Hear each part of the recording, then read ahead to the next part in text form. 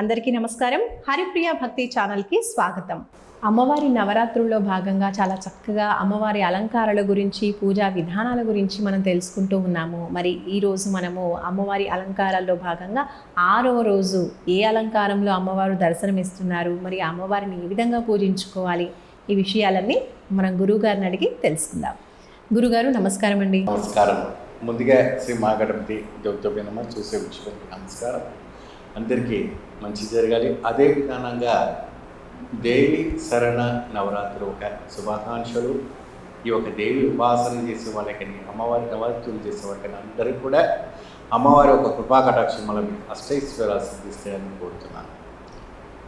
6వ రోజున అందరికీ సిరులు కురిపించే వంటి మహాలక్ష్మి ఏమా, ఆ మహాలక్ష్మి లక్ష్మీంద క్షీర సముద్ర రాజతనయా శ్రీరంగ ధామేశ్వరి శ్రీమన్మద్ద కటాక్షేంద్ర నభ్యేంద్ర గంగార స్తమటిని అమ్మవారిని పూజిస్తూ వస్తూ ఉంటారు.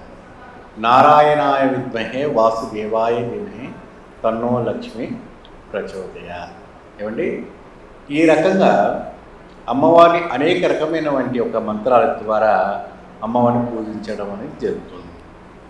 కొంతమంది నమో నమస్తుతే మహామాయే శిర పూజితే సుర పూజితే శంకర చక్ర గదాహస్తే మహాలక్ష్మి నమస్తుతే పద్మాసన దేవి పరబ్రహ్మస్వరూపిణి జగదేశ్వరి జగన్మాత మహాలక్ష్మి నమస్తే அப்படின்னு అమ్మవారిని కీర్తిస్తూ, అమ్మవారి ఏంటంటే సాక్షాత్గా మహావిష్ణువు ఒక అంశగా మనము భావిస్తుంటాం.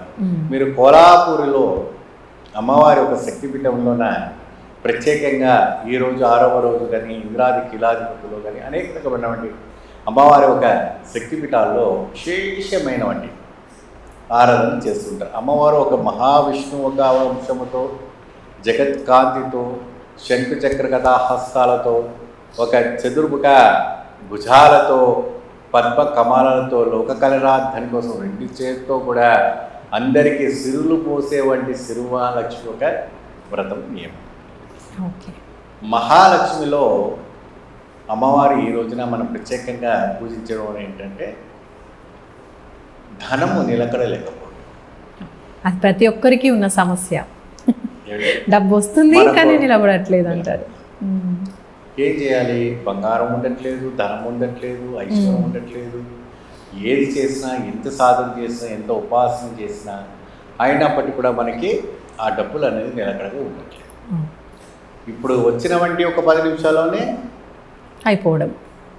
మరి ఈరోజు వచ్చి ఒక రాత్రి నివసిస్తే తెల్లారుజామున అప్పుల వాళ్ళు వాళ్ళకి ఇవ్వటం ఏమండి, లేదా చిట్లు కట్టుకోవడం, అప్పులు తీసుకోవడం, బంగారులో పురుగు పెట్టి దాన్ని కట్టుకోవడం, ఇంటికి అద్దె కట్టడం, అక్కడ వరకు హరి మన ఇంకో నెల 2వ తారీఖు 1వ తారీఖు ఎదురు చూడటం. అంతవరకు మనం శ్రమ తప్పదు. ఇది ఎప్పటిదాకా నడుస్తుంది అంటే ఒక రాత్రికి అమ్మాని అక్కర్లేదు. ఓ పూట తిన్నా తృప్తిగా మనము అప్పుల బాధ లేకుండా నిద్రపోవాలి.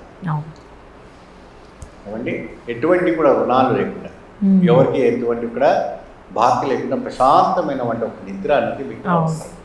ఆ నిద్ర అనేది లేదు. మీరు 10 నిమిషాలు మీరు పడుకున్నారనుకుంటే అయ్యో తెల్లారి ఇప్పుడు మరో వస్తారు ఇంటి ముందు, లేదంటే మనం వెళ్ళి ఇవ్వాలి. ఒక భయాందోళనలతో అనేక రకమైనటువంటి సమస్యలు, అనేక రకమైనటువంటి ఆరోగ్య సమస్యలు మనిషిని పీడిస్తుంది. ఇది కలి ధర్మం, కలి ప్రభావం. కాబట్టి అమ్మవారిని ఆరాధించటం వల్ల సులభంగా మీరు ఐశ్వర్యాన్ని ఎలా పొందాలి, సులభంగా మీరు ఎటువంటి ఒక ఇంట్లో ప్రసన్నం చేసుకోవాలి.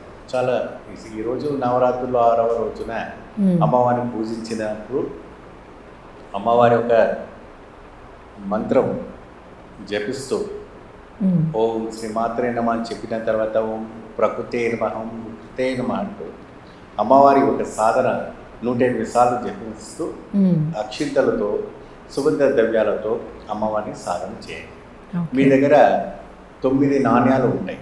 9 నాణ్యాలు అంటే మీ దగ్గర ఉన్న 1 రూపీ కాయిన్స్, 1 రూపీ కాయిన్స్ కానీ 5 రూపీస్ కాయిన్స్ కానీ ఏదైనా దాన్ని శుభ్రంగా ఒక నీళ్లతో కడిగేసుకొని ప్రోక్షణ చేసుకుని దానికి మీరు అమ్మవారి ఒక నాణ్యాలకి చక్కగా పసుపు, కుంకుమ, చందనము, సుగంధ ద్రవ్యము అన్నట్టు మీకు దొరుకుతుంది. అంటే అత్తరు పన్నీర్ అంటారు.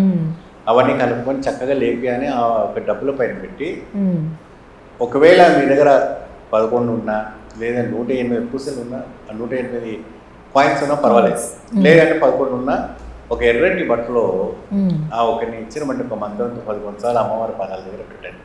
ఓకే. పెట్టిన తర్వాత దాంట్లో 2 యాలకలు, దాంట్లో 2 లవంగాలు, దాంట్లో 2 ఒక సుగంధ పరిమళమైన వంటి పచ్చకర్పూరం వేసి, ఏమండి మీకు శక్తి ఉంటే కొద్దిగా పూస బంగారం, పూస, ఆ పూస అంటే ఒక మిల్లీగ్రాము, 1/2 మిల్లీగ్రాము ఎంతో అంత ఉంటుంది కదా, ఆ పూస 1 మిల్లీగ్రామ్ అందులో వేసి చక్కగా ముడి వేసి అమ్మవారి దగ్గర పెట్టి ప్రార్థన చేస్తాం. చేసుకుని ఆ ఒక మంత్రంతో జపం చేసుకున్న తర్వాత ఈ యొక్క 9 రోజులైన తర్వాత అది ఎలా చేయాలి ఏంటని మీకు చెప్తాను. అమ్మవారికి మరి మహాలక్ష్మి కటాక్షం కోసం అందరూ కూడా ఎదురు చూస్తూ ఉంటారు. ప్రతి ఒక్కరికి కూడా అమ్మవారి కటాక్షం కావాలి, ఎలా పూజించుకోవాలి, ప్రత్యేకంగా ఎలా చేయాలి అని ఎదురు చూస్తూ ఉంటారు. కాబట్టి వాళ్ళకి చక్కగా మీరు పరిష్కారం చెప్పారు. మరి ఈ రోజు అమ్మవారికి ఏది నైవేద్యంగా పెట్టొచ్చు? అమ్మవారికి లక్ష్మీదేవి కాబట్టి తీపి పదార్థము చేయటం చాలా అవశ్యం. తీపి పదార్థం అంటే అన్నము, తీపి అన్నము, పాయసం, పరమాన్నం కానీ ఏదైనా మీ శక్తి తగినట్టు చేస్తుంది. రైట్. ధన్యవాదాలు గురువు గారు, చాలా చక్కగా తెలియజేశారు. చూసారు కదండి, మహాలక్ష్మి అమ్మవారి కటాక్షం కోసం అందరూ కూడా ఎదురు చూస్తూ ఉంటారు. అమ్మ కటాక్షం కోసం ఎన్నో ప్రయత్నాలు చేస్తూ ఉంటారు. కాబట్టి ఈ రోజున ప్రత్యేకంగా మహాలక్ష్మి అమ్మవారి అలంకారంలో అమ్మవారిని ప్రసన్నం చేసుకోవడానికి గురుగారు చెప్పినట్టుగా పూజించుకోండి. అలాగే గురుగారు చెప్పినట్టుగా మంత్రోపదేశం కావాలి అనుకున్న వాళ్ళు స్క్రీన్పై కనిపించిన నంబర్స్కి కూడా కాల్ చేయొచ్చు. మరొక మంచి వీడియోతో మళ్ళీ కలుసుకుందాం. నమస్కారం.